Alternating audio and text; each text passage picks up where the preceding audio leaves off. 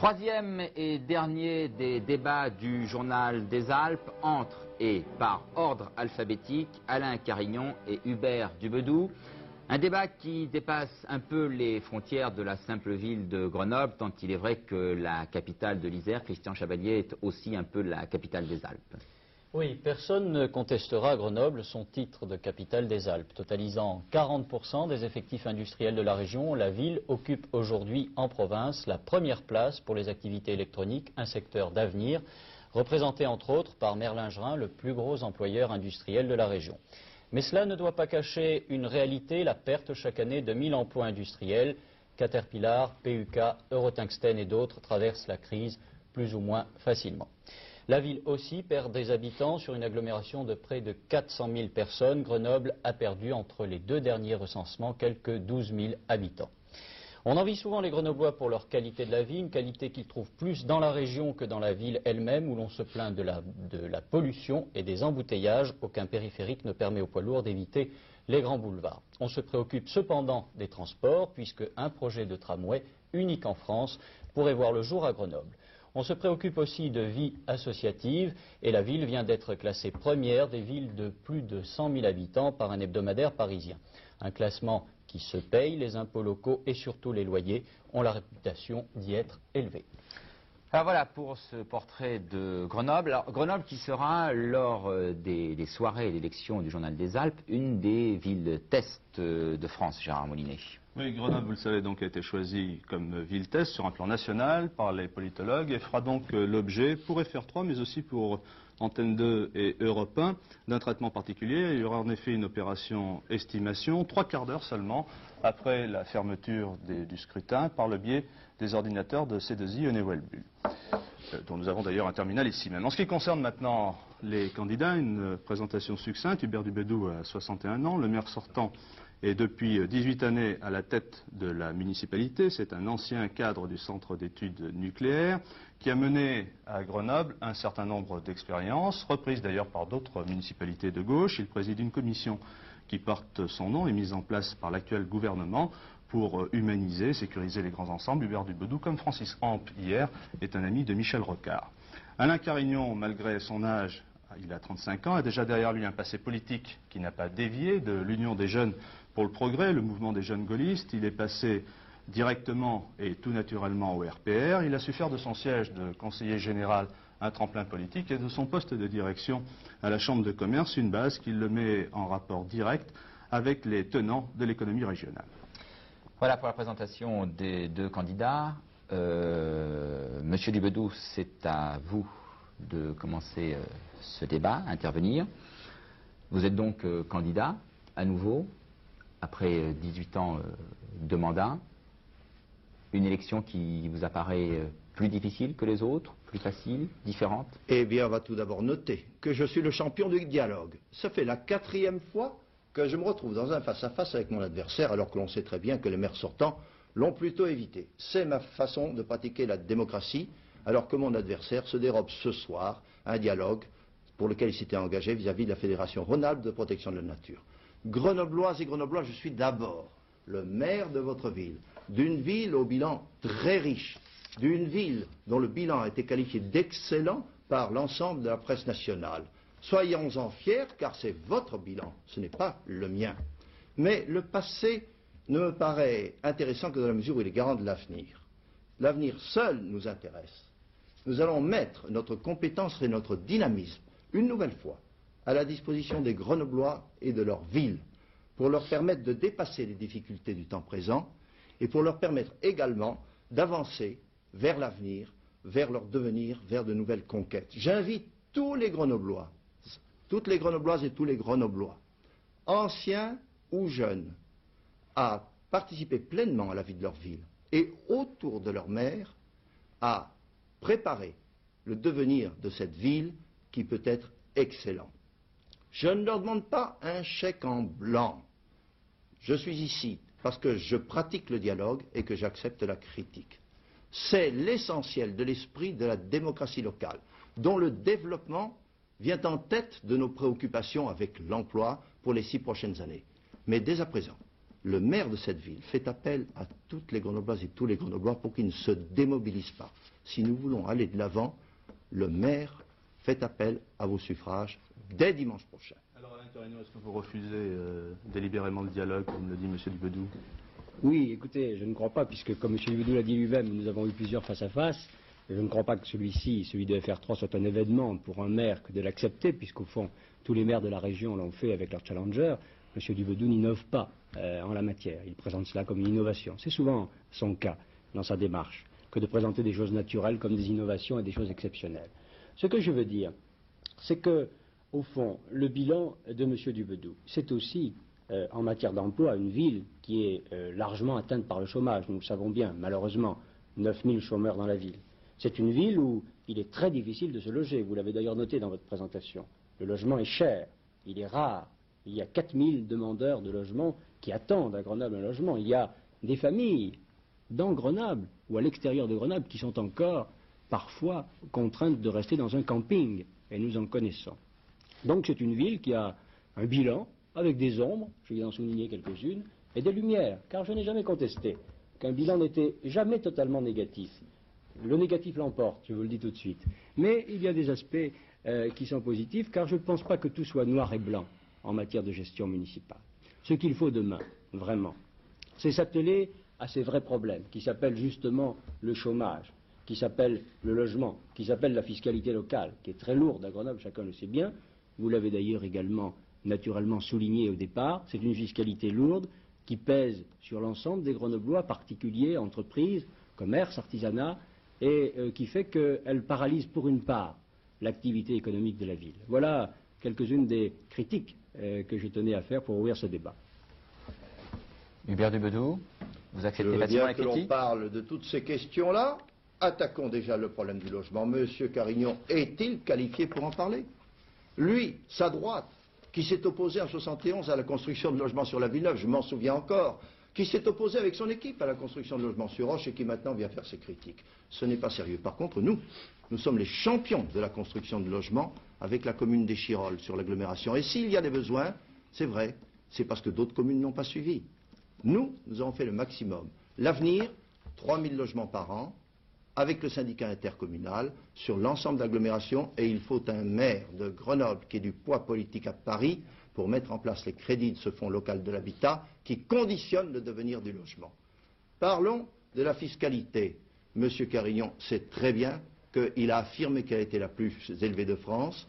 Les débats qui ont eu lieu ont prouvé très tranquillement qu'il n'en était rien, que nous sommes 8e sur l'impôt sur le ménage et que nous sommes 30e sur la taxe professionnelle. Alors il va me sortir d'autres chiffres qui essaieront de diluer le débat. Moi, je préfère regarder l'avenir. Et si vous voulez bien, on pourrait demander à M. Carignon ce qu'il compte faire, lui, pour assurer le financement de toutes les promesses qu'il a faites jusqu'à présent. Si vous le permettez, quand même, une ou deux choses. D'abord, sur le logement, M. Dubedou qui dit qu'il est le champion de la construction. Un champion de la construction qui laisse 4000 demandeurs dans une ville qui attendent un logement. Je laisse les Grenoblois juges de ce championnat-là. Il dit qu'en matière de fiscalité, au fond, Grenoble se comporte bien. Mais malheureusement, les maires, ses collègues, ses amis, l'Association nationale des maires de France publient des statistiques qui prouvent que Grenoble est la première ville de France en matière de fiscalité locale. J'ai ici, je ne sais pas si les téléspectateurs pourront le voir, le journal de Montpellier, le député maire socialiste de Montpellier, qui s'appelle M. Georges Frêche. Ce député maire socialiste, lui, il fait campagne en expliquant qu'un habitant de Montpellier paye 3 fois moins d'impôts qu'un Grenoblois. Et il place Grenoble en tête de la fiscalité locale, comme nous l'avons placé, et comme je pense que les téléspectateurs le verront, Grenoble, 2123 francs par habitant. Évidemment, cela vous fait rire, mais cela ne fait pas rire ceux qui payent, M. Dubedou, parce que ceux qui payent votre fiscalité, eh bien, évidemment, ils en supportent les conséquences. Et je dis, ce sont les plus faibles d'entre nous. Ce sont les plus faibles des Grenoblois, dont certains sont obligés de quitter la ville à cause de cet élément fiscal. Il y a là, vous le voyez, un bilan qui n'est pas favorable. Alors, pour l'avenir, évidemment, les Grenoblois savent bien que l'équipe municipale qui se présente et qui a réfléchi à un programme avec des groupes de travail, avec des universitaires, avec des unions de quartier, avec des forces socio-économiques, l'a réfléchi et l'a préparé pour qu'il soit compatible avec la fiscalité locale qui peut être supportée à Grenoble. C'est en cela que notre programme est crédible et je crois qu'en matière d'impôts locaux, permettez-moi de vous dire que l'opposition est plus crédible que le maire actuel.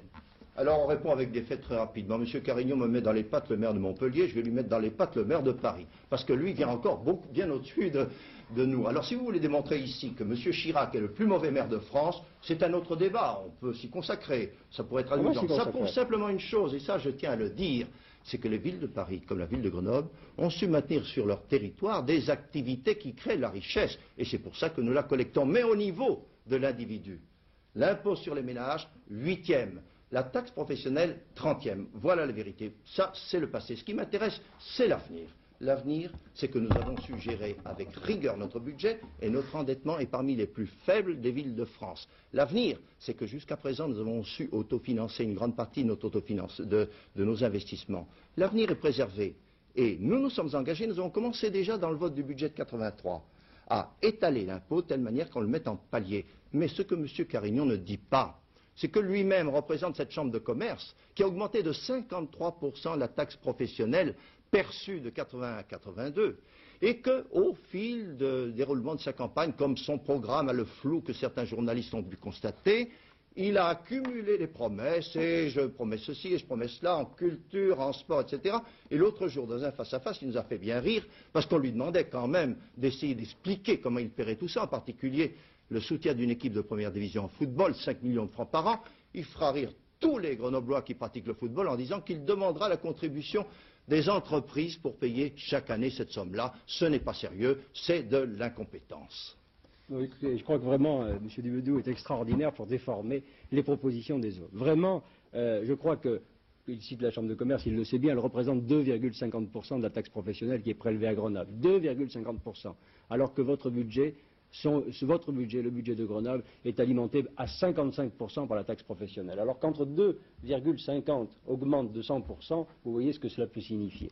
Donc je ne crois pas que vous ayez raison de prendre les Grenoblois pour des gens qui ne sont pas majeurs et aptes à juger de ces problèmes de fiscalité. Quand vous comparez Paris, qui est une ville-département, avec une fiscalité double, qui est évidemment incomparable avec la ville de Grenoble, incomparable du fait des tâches d'une capitale, nous comparons, comme les députés maires socialistes d'ailleurs, les villes qui sont comparables, celles qui ont plus de 100 000 habitants. Et les Grenoblois vous entendront, je dirais avec un certain sourire, leur expliquer que leurs impôts locaux ne sont pas lourds et que tout va bien dans le meilleur des mondes en la matière de fiscalité. Je les laisse juges, ceux qui nous écoutent ce soir, de penser qu'à Grenoble, en matière d'impôts locaux, tout va bien et que, effectivement, vous pouvez être satisfait et fier de cette gestion. Ce n'est pas le cas. Alors, quant à notre programme, évidemment, je comprends qu'il vous gêne, parce que, au début, vous indiquiez qu'il n'y en avait pas, ensuite vous disiez qu'il n'y avait pas d'idées, puis maintenant, vous expliquez que c'est le trop-plein d'idées et qu'il y en a trop. Donc, je veux dire que votre attitude contradictoire au fil de la campagne aura été jugée par tous ceux qui la suivaient. Effectivement, nous avons un vrai programme. Un programme qui répond aux questions d'avenir pour Grenoble. Et ces questions d'avenir, M. Dubedou, elles s'appellent effectivement une fiscalité maîtrisée. Elles s'appellent un logement accessible à tous. Elles s'appellent un emploi le plus possible auprès de ceux qui en attendent, les jeunes et les moins jeunes qui en réclament. C'est cela l'avenir de Grenoble. Et c'est l'avenir que nous entendons préparer. Sur l'emploi plus précisément, qu'est-ce que vous prévoyez dans votre programme, puisqu'il s'agit d'une des préoccupations majeures pour l'agglomération de Grenoble? Oui, et je regrette un petit peu que vous m'ayez coupé dans ma démonstration, puisque vous ne l'avez pas fait pour M. Dubedou. Ce que je voulais vous dire, c'est qu'en matière d'emploi, nous proposons de rassembler les forces socio-économiques de la ville pour faire qu'elles se rassemblent et s'unissent, recréer un climat de confiance qui n'existe pas. C'est une évidence compte tenu des résultats de la politique qu'a menée jusque-là M. Dubedou et des critiques qu'il fait d'ailleurs sur les décideurs économiques à longueur de campagne. Je ne crois pas que ce soit le meilleur moyen de rassembler les forces de la ville, les forces économiques, les forces sociales, pour qu'elles s'unissent autour de cet objectif qui devrait d'ailleurs nous rassembler plutôt que nous diviser. Et c'est la raison pour laquelle je n'ai pas compris jusque-là l'attitude, je dirais, un petit peu sectaire de M. Dubedou.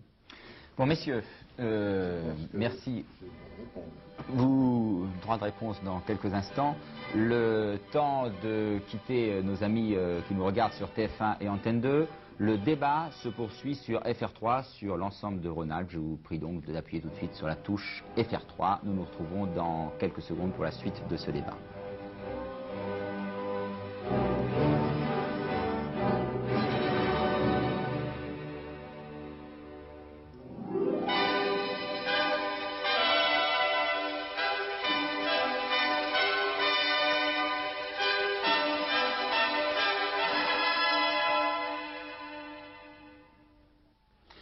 Bienvenue à ceux qui prennent ce débat en cours.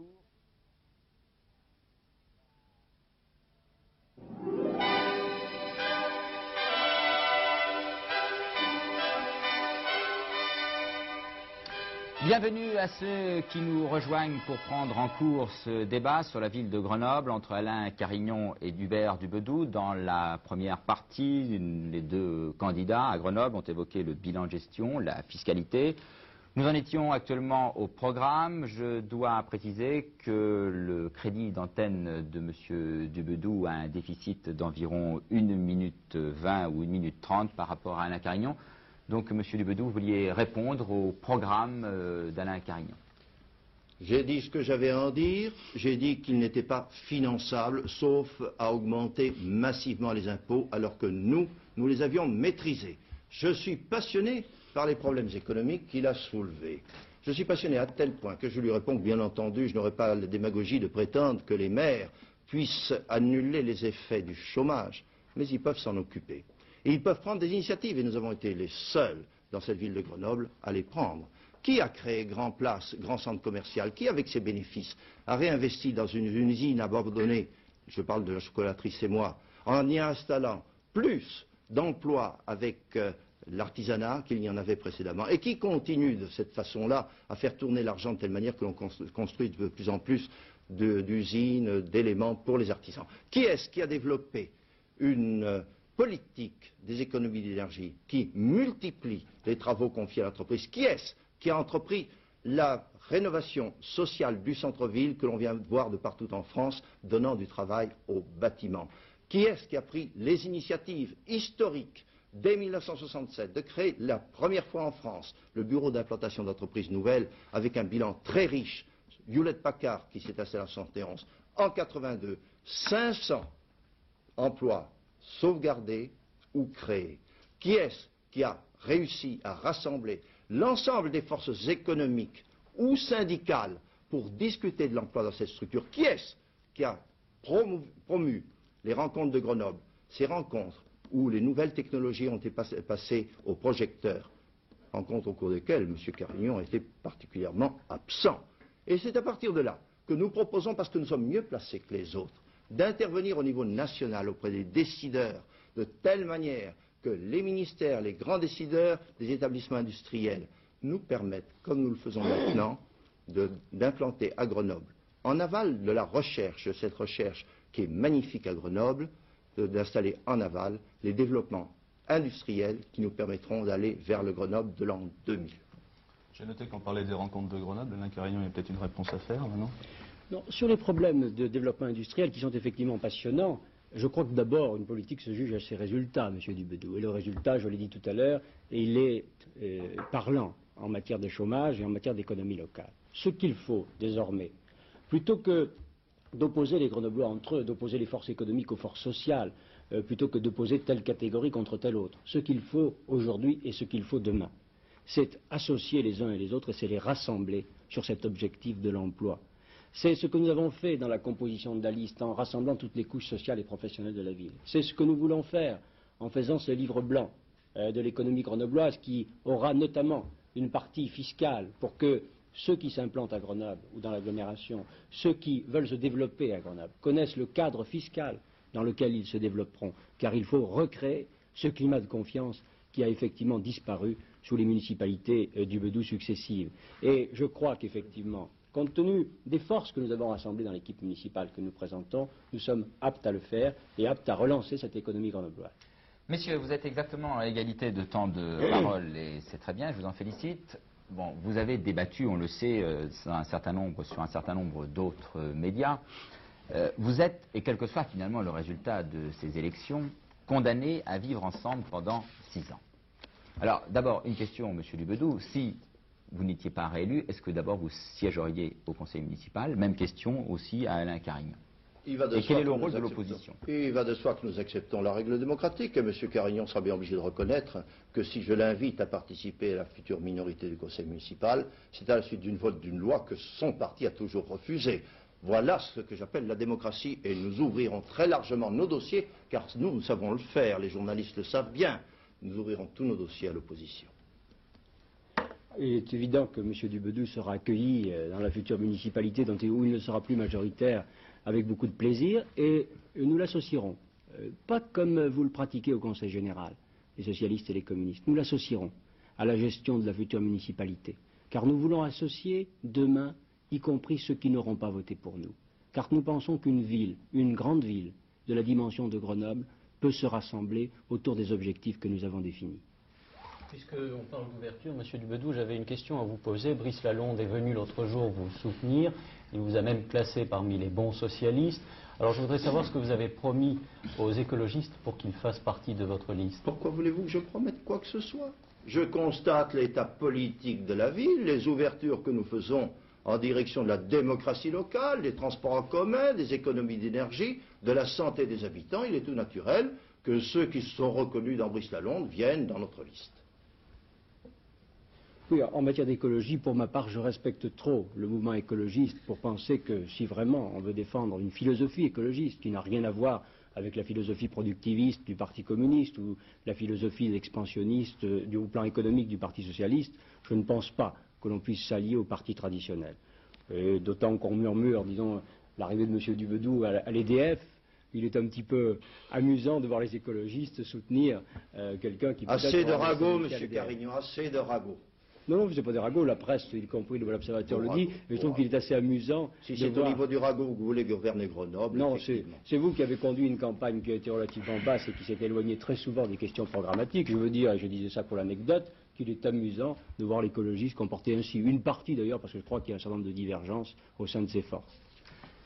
Monsieur Dubedou, Monsieur Carignon, il est quand même intéressant de noter que depuis le début de ce débat, nous parlons essentiellement de Grenoble.